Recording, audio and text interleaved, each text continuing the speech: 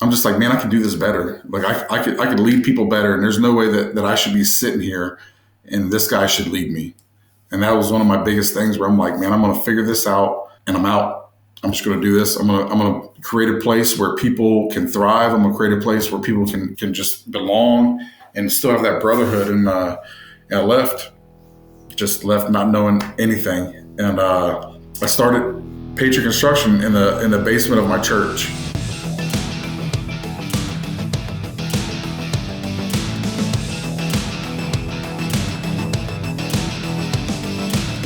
What's going on, friends? I'm here with my good buddy, JP Wilson of Patriot Construction out in Ohio. And we're going to talk about his journey in starting multiple construction companies.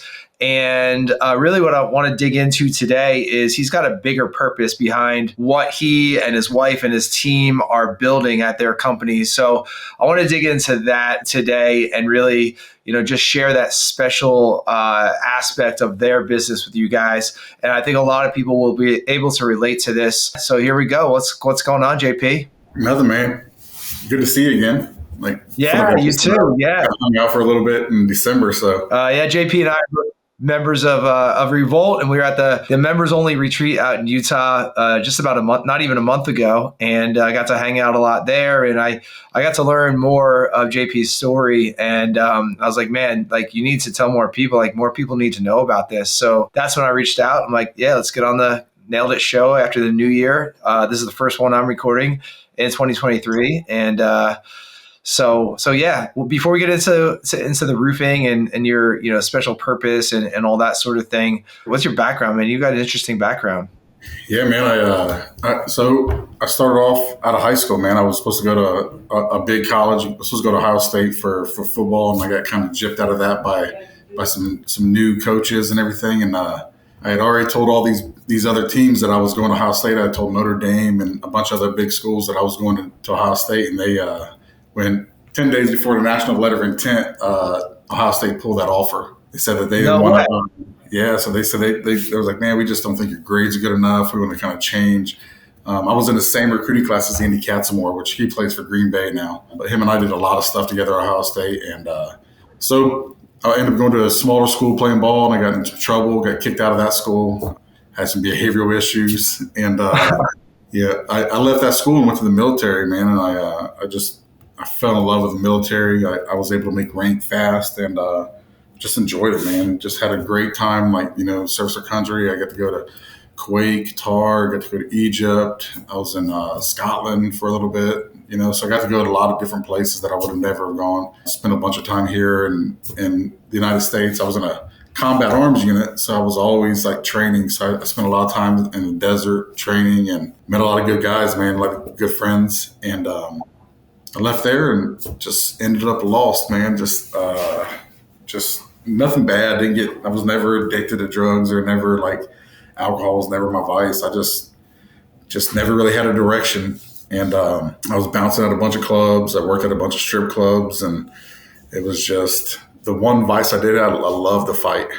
I love the fight. And I actually joined an MMA gym because I fought a guy at the club. And he came back and was just like, dude, you got to come train with us. So I went and started training with him, man. And I did 10 amateur fights. I won all those and I turned pro. And then I had 10 pro fights and undefeated. I met my wife through that.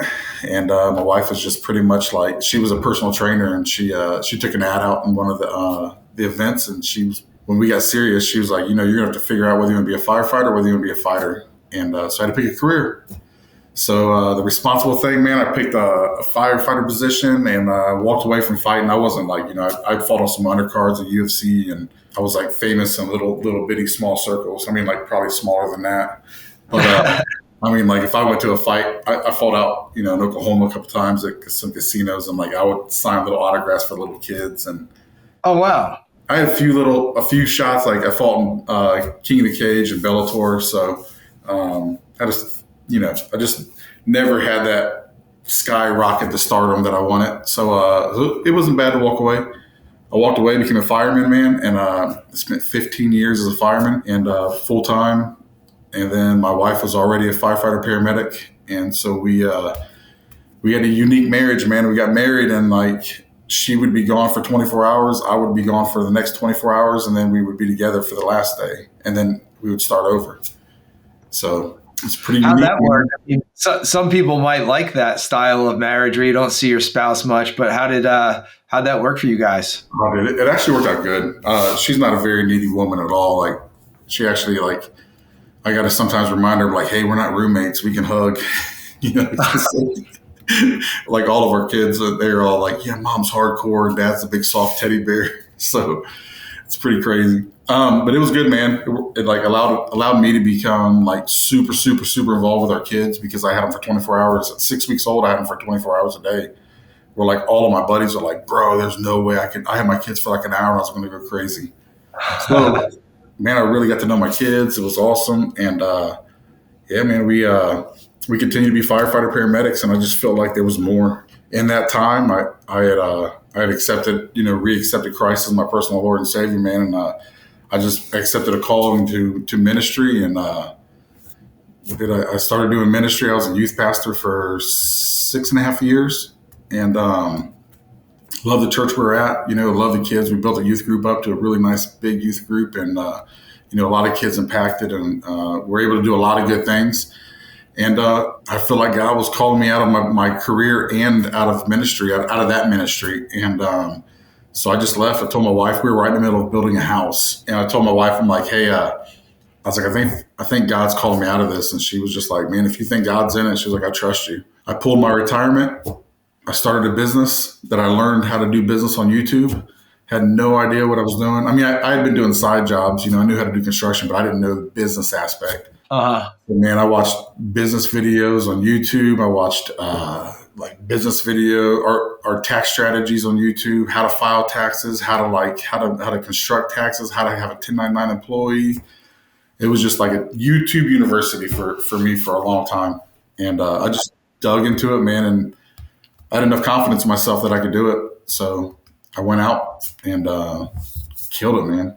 So, and then real quick, about 1.5 years into the business, I told my wife, I'm like, hey, I feel like, we're only showing like half faith. So I was like, I really need you to quit your job that she was, kind of close to retirement. And I'm like, I need you to give up your job and come work in this business. She's like, okay. And then she kind of like drug her feet. And then one day we're at church, man. And I'm like, we're not leaving this parking lot until you give me a date. And I already had a date in mind. And she picked a date, and they were the same exact date. August 20th was the date she left. So, is there a significance behind August 20th as a date that you guys both picked? No. The only significance was our church was having a women's conference that night, and it was talking about being strong and like all this stuff. And she went to that conference, and then she works full time. And well, the joke around here is that she doesn't work full time. She doesn't come in when it's rainy. She doesn't come in when it's cold. She doesn't come in when it's too sunny. So, but she gets everything done. She holds everything down. She does all of her finances and everything, and she keeps us pretty square. Man, I feel like you've lived like a bunch of lifetimes. Like, I feel like I haven't done anything. Like, you almost D1 college football, then your MMA, then your military, and then you're a youth pastor, then you start a construction company, and then you have additional thing. Oh, firefighter. I forgot about that. Like, that's awesome. And you've done a lot at a relatively young age. What was it? Did you, I don't know if I missed it, but you left firefighting and you started your construction company. Did you have any experience in that aspect? Like, I know you said you learned the business end on YouTube, but as far as construction, did you have experience there? Yeah, so I'd been doing construction on the side for years. And the funny thing is, like, I started doing construction. I just completely lied to this guy. He was like, hey, man, I need somebody to help me do tile. And I had never done tile before, but I was so freaking broke, man. I mean, I was I had negative $300 in the bank. I had just left a church where I gave my last $6 to the church. And I walked out of the parking lot, and this guy calls me. And he's like, I need somebody to do tile. And I'm like, yeah, I can do it. Never done tile before. Got there, figured it out. The guy paid me $1,000 at the end of the week. And I'm like, what is this? So I jumped in with him and started doing construction. And I'm real hands-on, able to figure out things really quick with my hands. And so construction was just super easy. And then I just did that on the side while I was in the fire service. I worked a day and I had 2 days off, so I would go do a job. My wife would come and say, "Hey, I need this much money for vacation," and then I would go out and make that much money in like a month, and like, "Here, let's go this awesome vacation." And so, like, I'd done construction, but I never had done business. I had a couple failed like business. I tried to do a crime scene cleanup business. Completely failed at that. Like, I did an e-liquid business where I sold vape liquid. I actually made it in my basement and sold it. So I had a guy that came in and he had a non-compete and that got wiped out. And so I had a couple failed businesses and I never really knew how to do business until I sat down and just was like, man, I'm going to teach myself how to do business. Wow, that's amazing. Now there's so much on YouTube as far as content, videos, and advice. Like, how did you know how to sift through, maybe some of the BS or the fake stuff and find like the stuff that you really needed?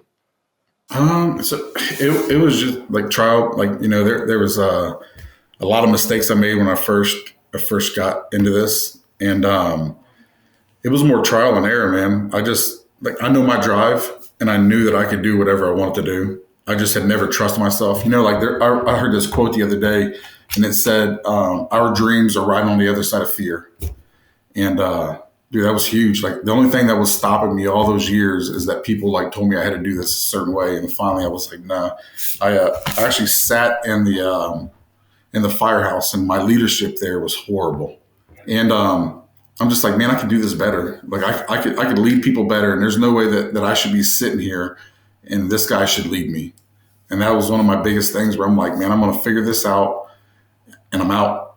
I'm just going to do this. I'm going to create a place where people can thrive. I'm going to create a place where people can just belong and still have that brotherhood. And I left not knowing anything. And I started Patriot Construction in the basement of my church. So we were having meetings on fold-out tables, man. Hunter had a picture. He's like, who started on a fold-out Rubbermaid table? And that's what we did, man. One of the girls that was in my youth group, she's actually still works for me. She has an office right down the hall from me. And she was the original, we call her the OG. But 18 years old, she like just had seen the vision that I had. And she's like, I'll work for you. And we started in the basement of a church. And then we were running crews out of there. And like, finally the pastor's like, hey man, I don't know if you're allowed to run a business out of here or what. We got to figure this out. And then I found an office building and I bought the office. It was a condo office. And I bought the office with having no experience in buying commercial property or anything, man. I just went, this dude was like, here's the office. And I'm like, man, give me this thing. I'll buy it today. And I got the guy to give me a 15-year amortization on a building. And I saw this on YouTube. So I'm like talking to this guy about all this, like this commercial property thing. I watched YouTube on the way here to meet the guy to rent the building. And I'm like, why don't I just buy the building from you? And he's like, well, what do you want to do? I'm like, well, I want to do some owner financing. I'm like, I want you to carry the note for that. I want you to give me a 15-year amortization. I only want to put 10% down. And he was like, well, that's not usually how we structure commercial deals. I'm like, well, that's how this deal's structured. And I'm like, nobody's been in this office for like 8 months. I'm like, I'll buy it from you. I'll get it off your hands. I'm like, I know you guys have, I did some research. I'm like, I know you guys have all these other offices that are weighing you down. Let me take some of that weight off. And he was like, yeah, let's do it. So that's amazing. I bought my first commercial property. So nice. Where did you get this confidence and this belief, like this deep conviction in yourself? Was that something that you got from your parents or from like, playing football at a higher level, or where did that come from? Because that's the reason I ask is because that's what, a lot of people lack, that self-belief, and we have limiting beliefs and we hold ourselves back. And it seems like you just have this like conviction in yourself that you'll achieve whatever you want. Like, where does that come from? My dad worked at GM. He was a factory worker his entire life. And he's since passed away. So like I get all emotional when I talk about him. So they had a program where you could work, if you had a kid, your kid could work at GM for the summer. And I kept telling my dad, I'm like, man, I want to do that. And he's like, no, it's too good of money. It's too good of money. And I'm like, but Dad, I want to make that money. And he was like, no, he's like, that money, if you make it, he's like, that's how they're going to trap you. He was like, they'll trap you in this by giving you that money. And he's like, and then you'll live up to it. He was like, and you'll be like me, 35 years, never left the factory. He was like, you'll always will be trapped by that money. And he was like, you need to go make your own money.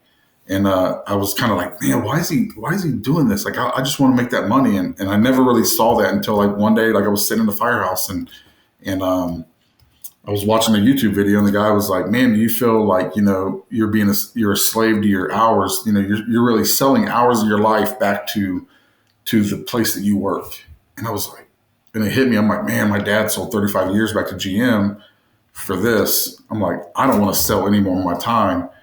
And then it just kind of, that's where, so in that whole, like, I tell everybody, like, my confidence is in, like, dude, I got saved at an early age. I walked away from Christ for a while, but man, my confidence is the fact that, like, man, I serve a God that can do crazy things. And I'm just a small part of it, man, just a little small part of it. But like, dude, I got the confidence. You read the Bible, you read these men that just believed in themselves, that believed what God had put in their spirit, man. And they do. I mean, Moses split water and walked over on dry ground. You know what I'm saying? So like, I'm like, man, if he did it for them, he'll do it for me. So I just, I'd always competed at a high level. Like I wrestled. I was third in the state my senior year in high school. I played football. I was always competitive. I've always played at a high level. And like I said, man, I just know, like, when I was young, if I could go back and speak to myself, and I'm like, man, dude, if you would have just had this confidence back then, like if I would have just had the discipline to work out harder, to do this, it'd been great. So I promised myself, I'm like, man, I won't, when I'm 60, I won't look back at my 30s and 40s and say, man, if you just push a little harder, you can do it. So just confident, man. I love that. I want to borrow some of that because I need a little bit more myself, just being transparent. That's what holds me back sometimes. I work hard, and a lot of people work hard, but it's just like, hey, what am I really capable if I believe in myself, or I believe in more, if I trust more in God that He's got it figured out, and I can just kind of follow that. So that's cool, man. Thanks for sharing. Yeah. So I think that's a good segue into the current business that you built. Now, how long ago did you start Patriot? We're on our fourth year now. Fourth year. All right, cool. So give us a snapshot. You guys, mostly roofing or different types of contracting, or what do you do? What do you do? So we started out doing everything. We were the guys, I'll do it. And then I really realized that, like, those guys don't make it. The first time I picked up the phone and said, nope, we don't do that, I was like, we don't do that. That's scary, right? I was like, man, nobody's going to call me anymore because I don't do everything. And it was really cool, man. I have a friend named Dustin Douglas. He's down in Georgia. He has a $7 million roofing company. Does really, really well. Built all of it himself. He called me up one day, man. He's like, I see that you're doing all this little jobs. He was like, man, I really would like to get you involved in roofing. He was like, whenever he got some issues here in Ohio, he was like, you were always good to me, man. He was like, everybody else sold me down the river, but you were always like solid with me, man.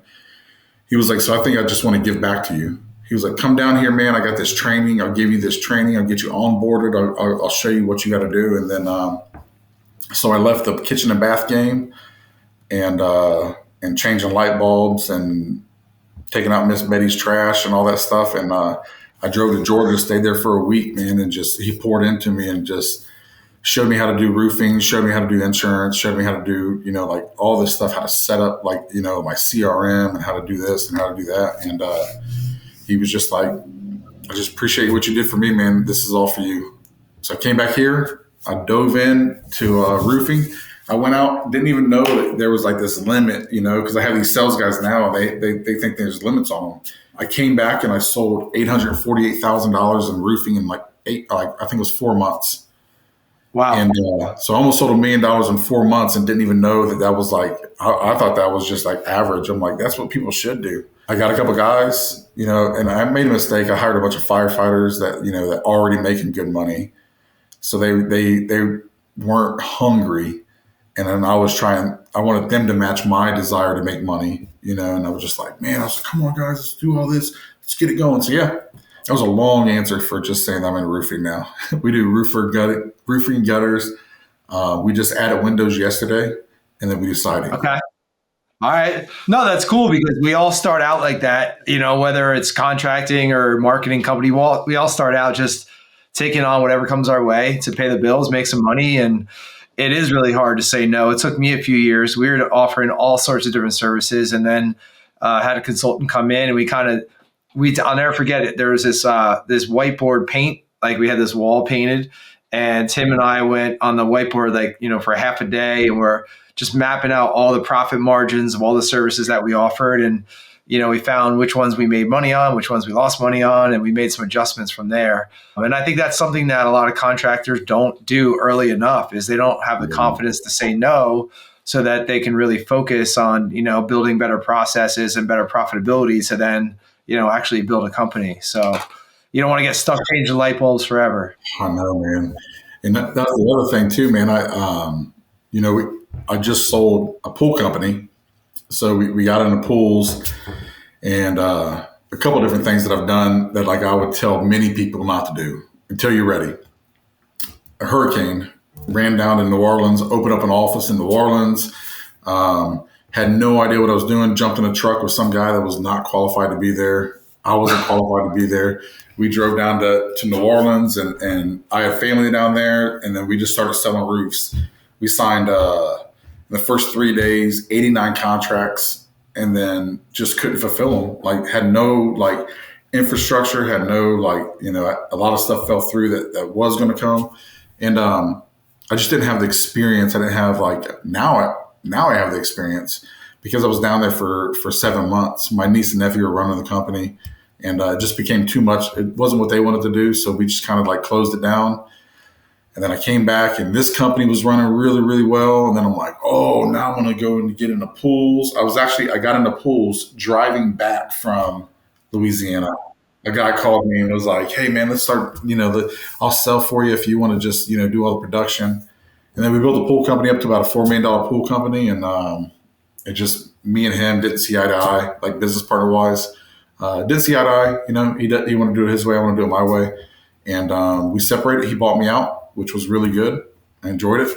Enjoyed it while I was going on. I enjoyed the buyout. The buyout was good. And it allowed us to put more money in Patriot. And then now we have we're 50% owners of a cleaning company. We noticed that cleaning company is kind of a distraction as well. So the woman that we own the cleaning company with, we're dissolving the cleaning company, giving the customers away to somebody else, not even selling it. We're just dissolving it, giving customers away to another person that's really effective in cleaning. And then we're bringing her on as our business development rep here. Oh, cool. At Patriot. So, all right. So some lessons learned and focus. So are you committed to sticking with Patriot, or you have some other shiny objects you want to pursue? No more shiny objects. Patriot is 100%. We're doing our goal setting. We're doing our goal setting not next week. We'll be in Jamaica next week. But the week after that, when we get back from Jamaica, we'll be doing our goal setting. And it's just goal setting for Patriot. Patriot alone. So that must feel like not easy, but just like a relief. Okay, I can focus on one thing. I mean, that's my style. So that's what I gravitate toward anyway. I got some advice from this old guy. Old guys are really, really full of advice, man. You're not talking about me, are you? Oh, yeah, it was you. But this old guy told me, he said, how much did you make down in New Orleans? And I was like, oh, I made this much. And he's like, oh, how much did you actually make in the pools? And I'm like, oh, I made this much. And he was like, how much could have you made if you just focused on roofing? And I'm like, oh, dude, you're killing me. He was like, stop chasing stuff. He was like, just focus on what God's given you. And so we are no longer chasing shiny objects. We learned a lesson and completely focused this year. Yeah, there's an opportunity cost to everything. And along those lines, a little over a year ago, I got an LLC here in New Jersey I was going to start a roofing company. Because I'm like, yeah, I hang out with all these guys. I work with all these guys. I can get some good advice. And I don't know much about roofing at all. I mean, the business, you can probably figure out. And I went down that path, started, getting insurance and, built a website and all that. And I put the brakes on it. I talked to a couple people, my business coach. And what I realized at the time, looking back at it now, I felt stuck in my current business. I didn't really have a clear path forward. So I saw this, like, oh, let me just start a roofing company. All these guys I work with make a bunch of money and are really successful. Like if they can do it, I can do it. But looking back on it, it would have been a huge like distraction. Might have compromised, our core business. So that's on the back burner indefinitely, at least for the next few years. So I have a clear. I think it's like, when you don't have the clarity on what you want to build and why, like you can be easily distracted. But now I have that clarity, and I have a 3-year plan. I know exactly what we're doing, and like nothing's gonna come in the way. Yeah.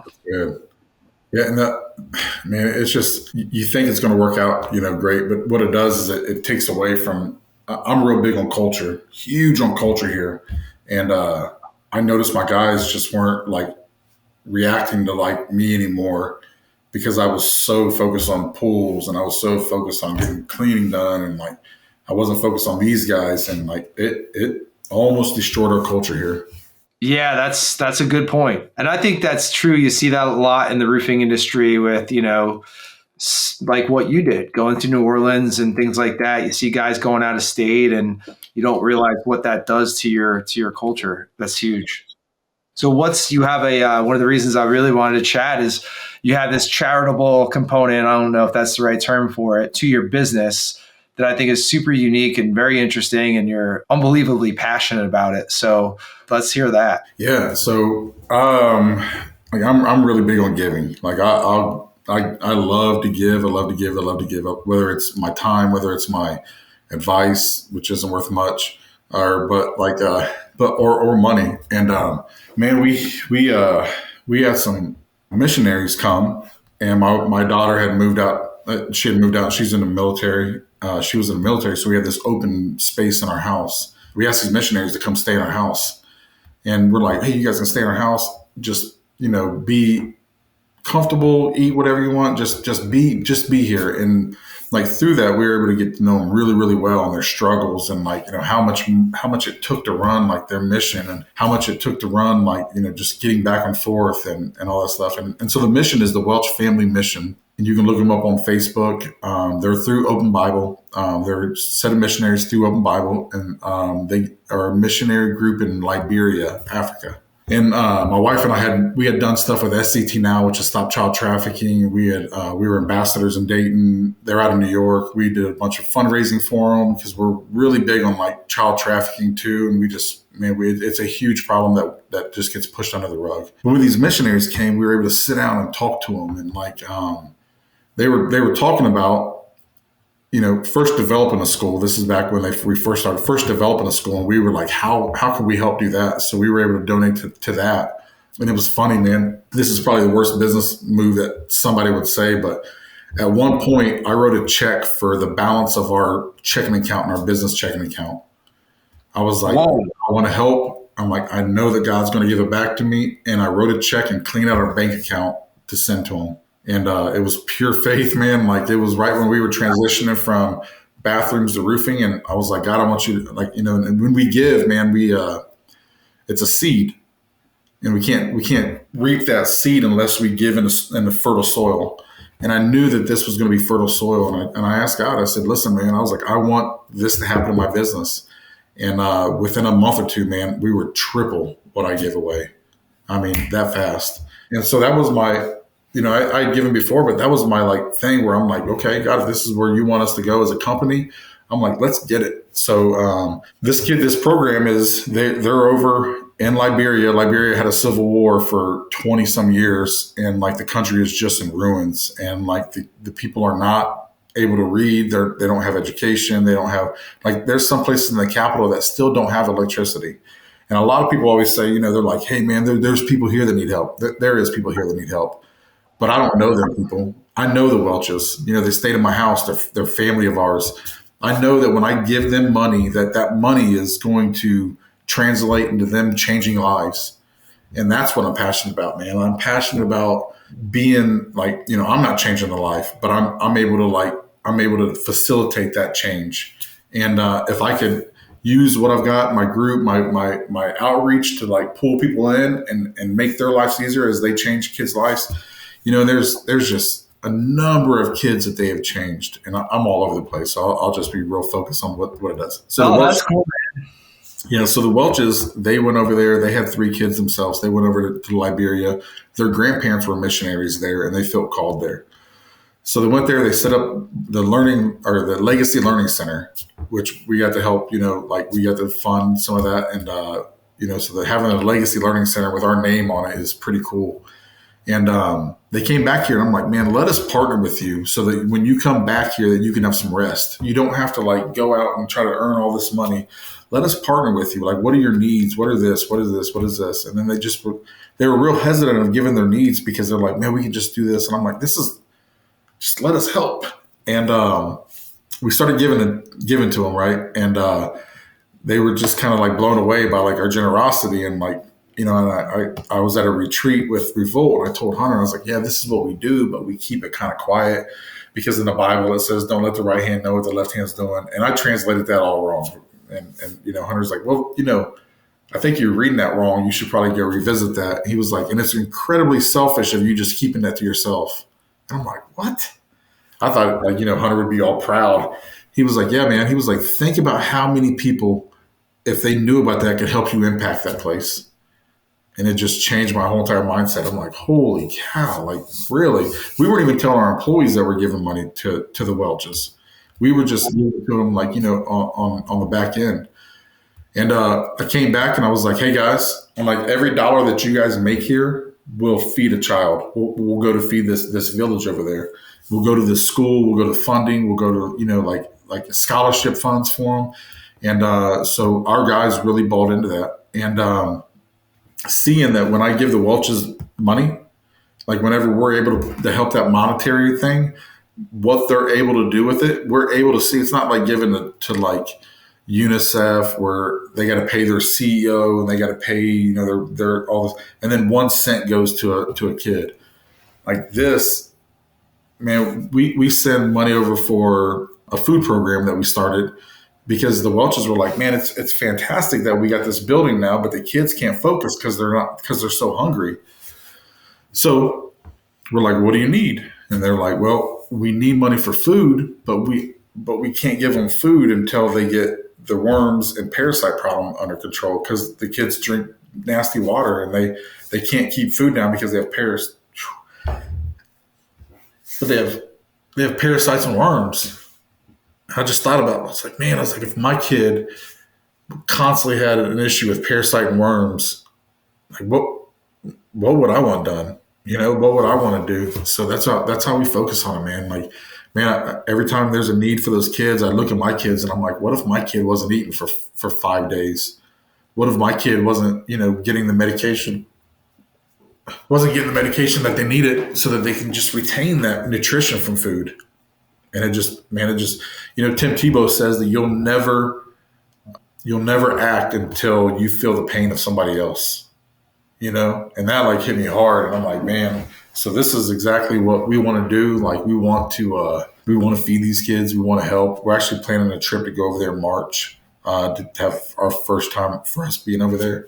But yeah, and then, the Welches were like, man, the food program is going so great that now these kids get to take food home for their family. Now their staff gets to eat, which is unreal. I get all jacked up. Yeah. They all get medication. So all these kids that are in the school, like, man, they get this medication and it helps them retain like that nutrition and stuff. Stuff that we just don't even think about here in America. And they were like, yeah, we have this other need where we have a scholarship fund. And I was like, well, tell me about it. Tell me what you need. And they were like, we're hoping to get 50 kids sponsored for the year. It's $360 to sponsor a kid. And I'm like, man, that's not a lot, to sponsor a kid to go to school.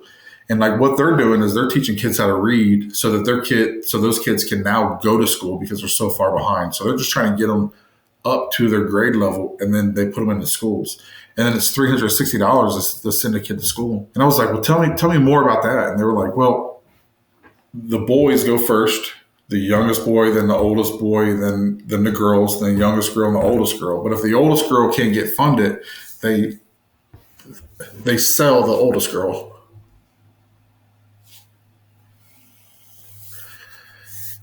To a family member that pretty much she's pretty much a slave to him. and I just couldn't let it happen. So my goal this year is to fully fund like their scholarship program. They wanted 50. We've already done 155 kids. My goal is 250. So sorry about that, man. Whew, get it together, dude. I just get real passionate about it, man. I just because I couldn't imagine my daughter, and this is the way you got to look at it. Like if you ever have a question about giving, man, could you imagine your daughter at 12 years old? Like we can't afford to send her to school, so how we're going to make money is we're just going to sell her, and then she gets sold to a family member, the poorest family member, to help build up their family. Couldn't imagine it, man. Couldn't imagine it happened to my family, so I won't let it happen to somebody else's. And like dude, they always say, man, big guy, big feelings, you know. So I just that's my passion, man. My passion is that like anything that we do here at Patriot is directly going to affect another human. We can say that we're going to give, we can do whatever, but man, if we don't put our hands and feet on it, our hand and feet on it, man, like we just don't do it. And I care enough, you know, like by hearing those stories, by seeing the kids, we get updates all the time. They send us videos of like the kids eating breakfast and like, I think I might have even showed you those videos. It's just something, man, that dude, I'm crazy passionate about. So like I said, 250 kids is my goal for this year, 500 for next year. And I'm just going to continue to grow it. Like my goal is that the Welches have a fully funded retirement, because there should be a stopping point where they can pass the torch to somebody else. They shouldn't feel like this is like something they have to do for the rest of their life because there's nobody else to take it. So I want to fund a retirement for them. I want to fund the school. I want to fund the whole entire village to go to school so that no other like young girl or young boy doesn't, you know, they don't have a chance to go. Wow.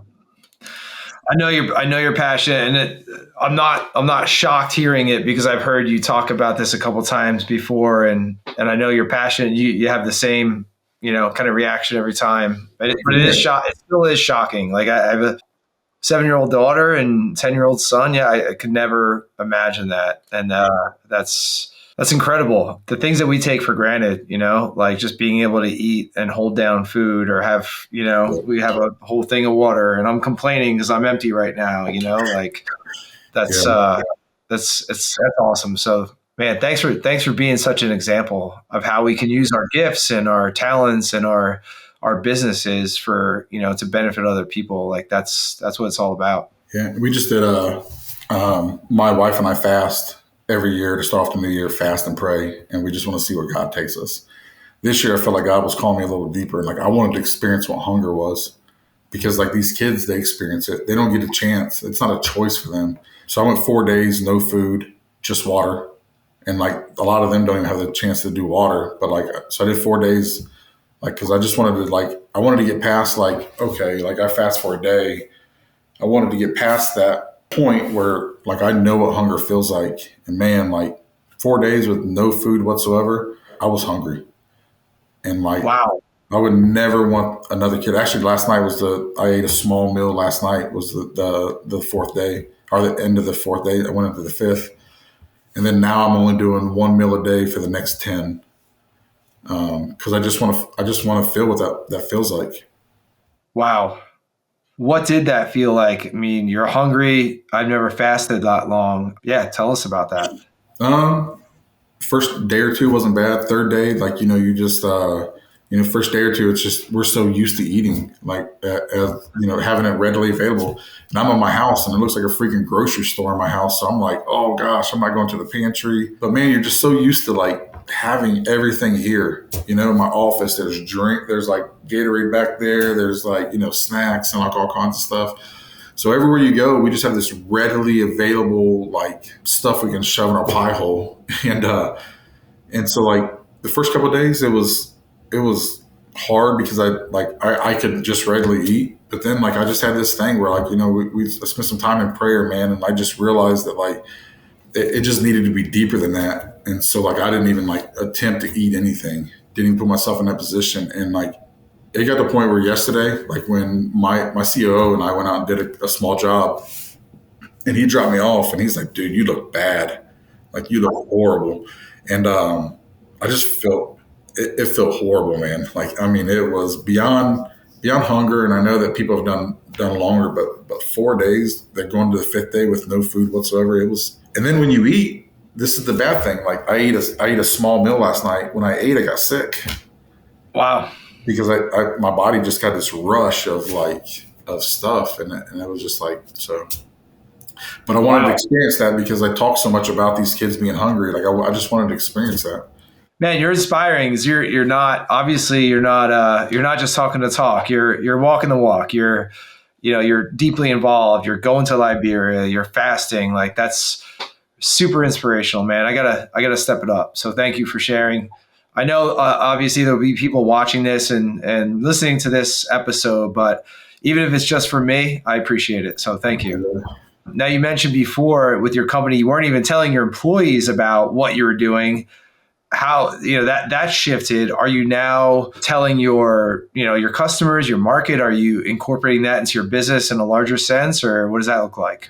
Yep. So we actually we tell all of our guys about the Patriot kids. We give them updates. Like, hey, listen, this is what's happening in Liberia this month, and it's part of our Monday meeting. That we update our guys on what they're doing, because the guys are doing it. The guys that are going out and selling, and the guys that are putting on roofs. I mean, they're the ones that are directly making that impact. I'm just a channel for that. I just make sure that money goes where it's supposed to go. But I put a lot of emphasis on it, man. I put a lot of emphasis that, like, man, like, you guys aren't just out there selling roofs. You guys are feeding people. You guys are building schools for people. You guys are doing these things, and we actually give them pictures, and the kids send them messages because they're actually doing that. They're actually facilitating that. I don't know how much they translate that to our customers, but when I speak to our customers, I want them to know. We send out a Christmas card every year, and on our Christmas card, we try to let them know like what's going on with Liberia, and like how they as a customer of ours have directly affected these kids' lives. Good stuff, man. That's super admirable what you're doing.